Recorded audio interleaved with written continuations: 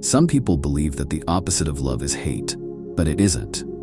The true opposite of love is indifference. And that's how I felt before God for a long time.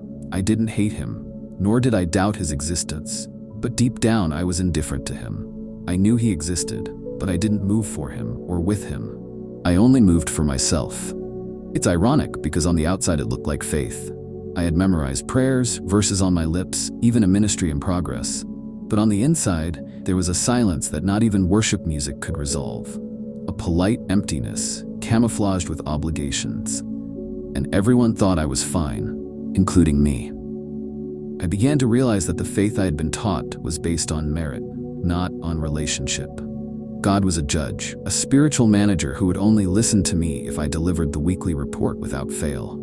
It was like trying to hug a statue. I would make the movement, but never feel the return. And how can you love someone who always seems too busy to listen to you? It was in that place that my soul began to scream in silence. Because there's a pain that no one sees, the one that they applaud while you fall apart inside. And that is how many of us get lost inside our own church, serving at the altar but dying in the pew. Preaching about a God we only know from reading, not from intimacy. I spent years trying to fill this hole with everything the world says will solve it. Relationships, achievements, praise. Even ministries became attempts at validation. But do you know what I discovered? Success without identity only widens the abyss. Because when you don't know who you are in God, any applause seems little, and all silence seems like rejection. Nietzsche said that when you gaze into the abyss for too long, the abyss gazes back into you. I looked, and I saw a reflection that frightened me. A version of myself that was exhausted, confused, and worse, accustomed to emptiness. A soul that learned to survive without presence. And then, even surrounded by people, I felt alone. Even acclaimed, I felt invisible. Even though I was involved with God, I felt distant from him. That was when a contradiction paralyzed me. How can I believe in such a loving God and yet not feel loved?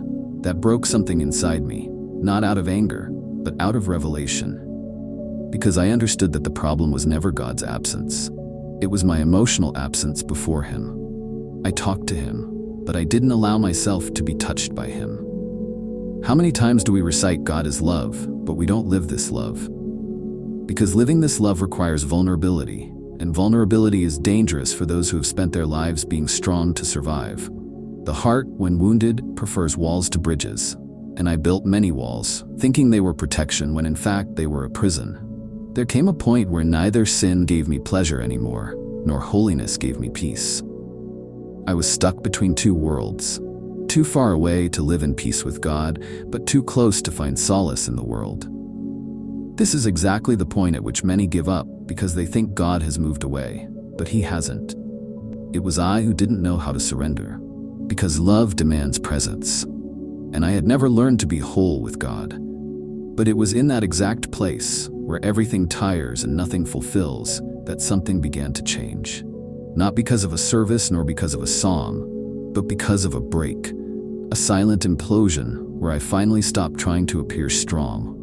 And it was when the performance died that love began to be born. It wasn't a cry from heaven, not a vision, not a loud movement. It was an internal whisper, almost imperceptible, but that tore through my soul. I'm still here. That dismantled me. Because at that moment, I no longer considered myself worthy of being found. I was too broken, too flawed, too distant. But it was there that I discovered the most scandalous thing about God. He doesn't wait for you to fix yourself to love you. He loves you so that you can get back on your feet. God's love is not logical. It's not linear. It doesn't follow the meritocratic script that we were taught. He loves before change. He loves even when you're still stuck in the same flaws that you promised to abandon. He loves when your altar is in ruins. And what's more, he steps on those ruins without disgust, without haste, without threats. Because unlike men, God doesn't build with perfect bricks. He builds with broken pieces. And mine, finally, were exposed. That's when I fell in love with him. Not because of a blessing received, not because a door opened, but because I discovered that there was a love that kept choosing me even after seeing me naked, stripped of strength, courage, or dignity. A love that is not offended by my setbacks. A love that does not turn its face away when I make a mistake. but extends its hand.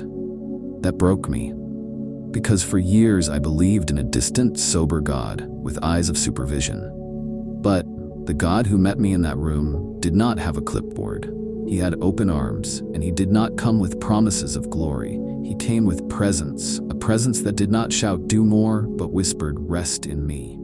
That was the moment I understood. I do not need to earn God's love. I need to surrender to him. Because God's love is not something you earn, it is something you recognize. And recognizing this love requires that you look at yourself without masks, without merits, without a spiritual resume. It requires you to admit, I have tried and failed. I have run and lost. I have served, and yet I was still empty. And it is in that recognition that heaven bends toward your soul. Augustine said, "Our hearts are restless until they rest in you." And for years I thought that restlessness was a lack of effort, but it was a lack of surrender. Because there's a peace that can only be found when you stop trying to prove your worth and start living from the value that God has already given you. The world offered me conditional loves.